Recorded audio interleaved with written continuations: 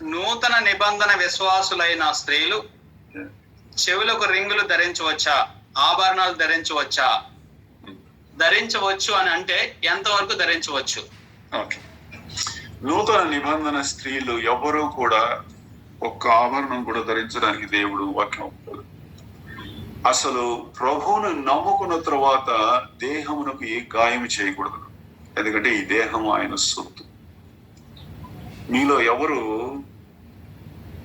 మీ ఇంట్లో ఒక అతిథి వచ్చారు, మీరు అర్జెంటుగా బయటికి వెళ్ళాలి, అయ్యా మీరు ఒక గంటలో వస్తాం, మీరు ఇంట్లో ఉండండి, నేను నా భార్య అర్జెంటుగా బయటికి వెళ్ళరాదని హాస్పిటల్గా అడిగి వెళ్ళి వచ్చారు. వచ్చిన తర్వాత ఇతడు ఒక మంచి గోడ మీద ఒక మంచి ఫోటోకి పెద్ద రంధ్రం చేశాడు అక్కడ మధ్యలో.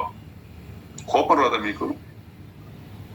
అది నా సొత్త బాబు, నా ఫోటో, నా దాన్ని నువ్వెట్లా నాశనం చేస్తావు అంటాడు దేవుడు. ఆ లెవెల్లో అడుగుతాడు.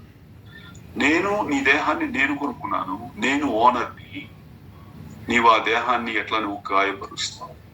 కాబట్టి అవిశ్వాసి కాక ముందు నుండి మరి నగలుండి కొంతమంది వేరే మతాల నుండి ప్రభువుని నమ్ముకొని ఆ తర్వాత వారి పట్ల కొంచెం జాగ్రత్త ప్రవర్తించాలి. ఎందుకనంటే వారి భర్తలతో సమస్యలు వస్తాయి కాబట్టి వారి పట్ల కొంచెం పేషెన్స్ యూజ్ చేయాలి. కానీ నమ్ముకున్న సోదరి తన దేహం మీద ఏమీ లేకపోవడం వల్ల మంచిది, ఎందుకంటే తద్వారా ఆమె అంతరంగ సౌందర్యం మీద ఫోకస్ చేస్తుంది. దయచేసి 1 తిమోతి 2వ అధ్యాయం చెప్పండి.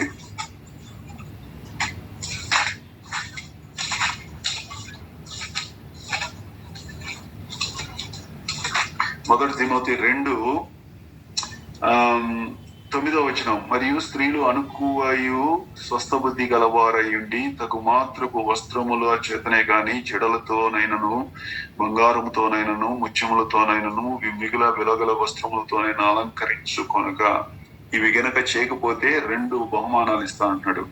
దైవ భక్తి ఇస్తానంటున్నాడు, సులభం అవుతుంది అంటున్నాడు. రెండోది శిరస్సత్వానికి లోబడ్డం కూడా సులభం అవుతుంది. ఏ స్త్రీ బంగారు నగల మీద ఫోకస్ చేస్తుందో శిరస్సత్వాన్ని కూడా కించపడుతుంది. పేతురు కూడా తన పత్రికలో స్పష్టంగా చెప్పాడు. శారా యొక్క సౌందర్యాన్ని చక్కగా వివరిస్తూ ఇక్కడ 1 పేతురు 3:3 జడలు అల్లుకొనుటయు బంగారు నగలు పెట్టుకొనుటయు వస్త్రములు ధరించుకొనుటే అయినను వెలుపటి అలంకారం కాక అని చెప్పుకొస్తూ కాటి స్త్రీ ఒంటి మీద ఎటువంటి నగ లేక ఉండకూడదని బైబిల్ చెప్తుంది. మంచిదన్నా.